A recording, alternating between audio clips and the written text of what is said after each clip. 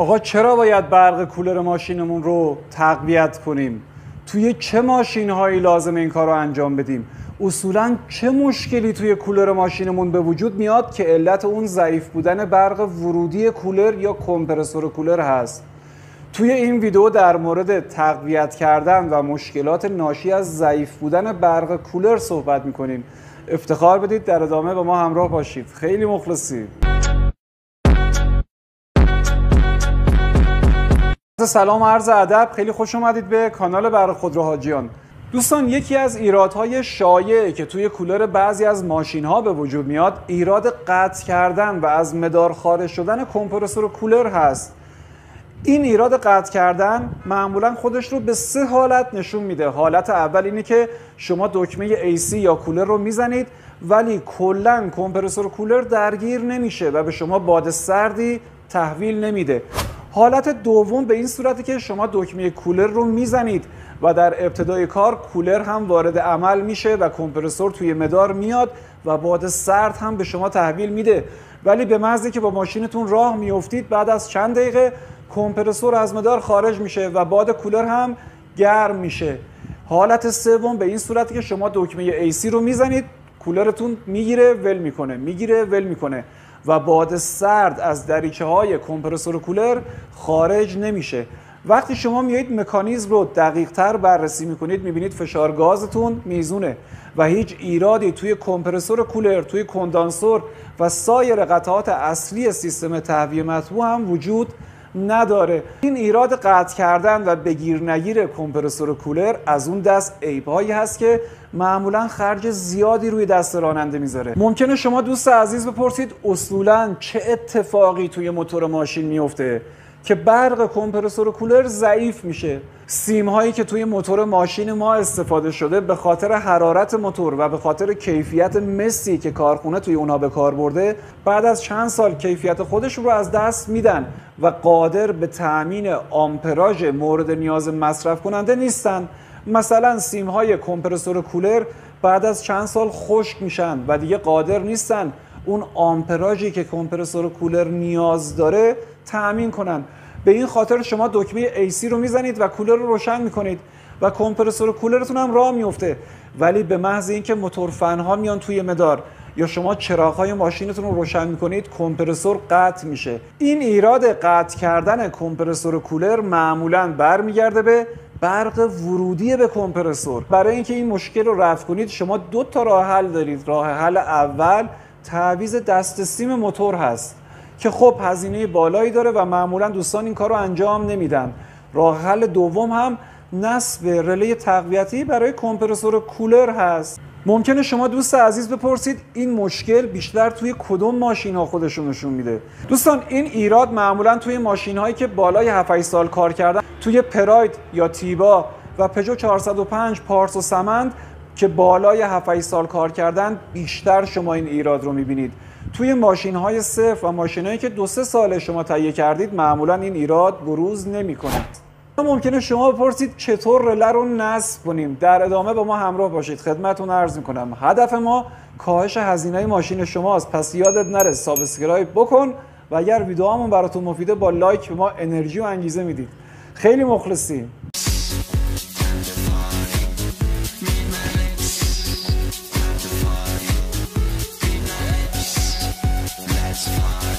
شما روی سوکت کمپرسور کولرتون یک برق منفی دائم دارید که کاریش نداریم، یه دونه برق 12 ولت ضعیف دارید چون که آمپراژ کافی نداره، ولی این برق ضعیف میتونه رله رو راه بندازه و برای ما کفایت میکنه. برای اینکه راحت‌تر و بهتر خدمتتون توضیح بدیم بریم روی میز کار.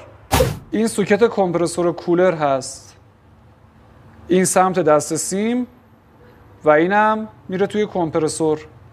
شما برای اینکه رله تقویتی برای کمپرسور کولرتون نصب کنید میتونید یه دونه از این سوکت‌های به اینا میگن سوکت‌های رله تقویتی استارت، معمولا لوازم یدکی فروشی ها دارن. میتونید یکی از این سوکت‌ها تهیه کنید که این سوکت‌ها رو اگر نصب کنید کارتون ترتمیزتر در میاد. البته اگر از این سوکت تهیه نکردید و گیرتون نیومد از همین سوکت‌های رله فن‌های 405 هم میتونید استفاده کنید.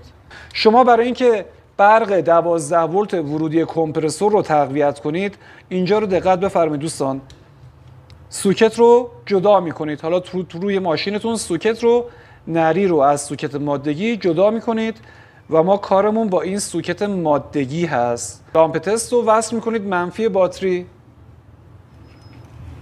روی سوکت کمپرسور کولر که از طرف دست سیم اومده یه دونه سیم سبز دارید که منفیه و یه دونه هم سیم سفید یا طوسی رنگ دارید که 12 ولت هست یا برق تحریک کمپرسور هست. شما با لامپ تست اول این سیم رو برای اطمینان پیدا میکنید. این الان 12 ولت توی همین سیم سفید. توی پرای تیبا کویک برق مثبت کمپرسور کولر به صورت یه فیش نرومادگی تکسیم هست. به این صورت ما برای اینکه رله نصب کنیم لازمه که قبل از سوکتمون این سیم رو از این قسمت بچینیم. حالا اگر لامپ تست رو وصل کنید اینور شما یک برق 12 ولت، اینور شما یک برق 12 ولت دارید. در کف این رله رو نگاه کنید، اینجا شما یک پایه 85 دارید، یه دونه پایه 86 دارید، یه دونه پایه 30 و یه دونه پایه 87. شما اگر یک برق و منفی به این دوتا پایه یعنی 85 و 86 بدید، این پایه 30 به پایه 87 تون کنتاکت میکنه یا متصل میشه و برقی رو که دادیم به پایه 30 از این پایه 87 به سمت کمپرسور کولر میره. حالا چطور میتونیم این کار رو انجام بدیم؟ اینجا من روی این کاغذ براتون نقشش هم کشیدم که بهتر متوجه بشید. خب این دقیقاً میشه همین سوکتی که ما داریم، همین رله‌ای که ما داریم، این کف رله میشه همین شکلی که اینجا کشیدیم. این پایه 85، این هم پایه 85، این پایه 86، این یکی هم پایه 86، این پایه 30، این هم 30، این هم پایه 87 یا خروجی رله ما به سمت کمپرسور. پس این پایه 85 ما شد منفی دائم رله. بعضی از عزیزان میان منفی دائم رو از سوکت کمپرسور کولر میگیرن، ولی به نظر من این کارو نکنید بهتره. شما یه دونه منفی از اتاق بگیرید، از اینجا منفی رو از اینجا بگیرید. پایه 86 ما میشه برق 12 ولت تحریک رله. این پایه 86 یا برق 12 ولت تحریک رو از کجا میگیریم؟ از این 12 ولت ضعیفی که الان میاد برای کمپرسور کولرمون میگیریم. تا اینجا متوجه شدید؟ پس تا اینجای کار الان منفی و مثبت تحریک بوبینمون یا همون تحریک رلمون روی سوکتمون هست. پایه 30 ما همیشه میشه برق ورودی به رله. پایه 87 میشه برق خروجی از رله به مصرف کننده که اینجا کمپرسور کولر هست. برای اینکه ما یک برق قدرتمند و قوی داشته باشیم، پایه 30 رو وصل میکنیم به خروجی دینام. این میشه خروجی دینامتون.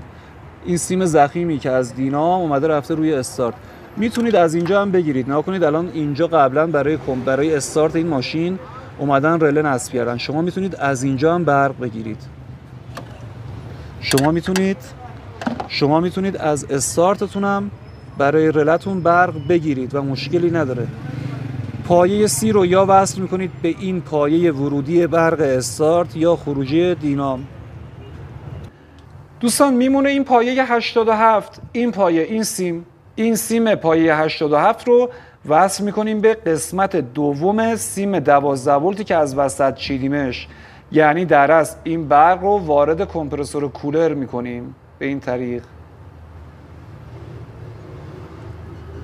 توی ماشین های سایپا خصوصا پراید و تیبا و کویک برق مثبت کمپرسور کولر شما یه دونه سوکت تکفیش هست که شما برای نصب رله فقط کافیه این سیمو از اینجا بچینید. این سر که میاد به سمت دست سیم میشه برق تحریک رله. این بخش از سیم که وارد کمپرسور کولر میشه به پایه 87 وصل میشه و روش نصبش دقیقاً مثل همون روش 405 هست. تفاوتشون اینه که سوکت این دو سیم بود و سوکت محصولات سایپا تک سیم هست. شما به این روش میتونید برق کمپرسور کولر ماشینتون رو تقویت کنید و این مشکل بگیر نگیر رو رفع کنید. بازم بهتون تاکید میکنم اگر تا الان رله خودت نصب نکردی و دست به آچار و آدم فنی کاری نیستی، اینو بده یه باتری ساز براتون نصب کنه. ولی بدونید ایراد ماشینتون به خاطر ضعیف بودن برق ورودی کمپرسور کولر هست. بهتون پیشنهاد میکنم این دوتا ویدیو رو هم ببینید. توی ویدیوی اول علامت‌هایی رو بهتون گفتیم که به شما میگفت زمان تعویض روغن موتور ماشینت رسیده و برو روغن موتور رو عوض کن، حتی اگر از کارکردش 1000 کیلومتر 2000 کیلومتر مونده باشه. توی این ویدیو هم علامت‌هایی رو بهتون گفتیم که به شما میگفت زمان تعویض روغن گیربکست رسیده. هدف ما توی این کانال اینه که هزینه‌های ماشین شما رو تا جایی که میتونیم پایین بیاریم.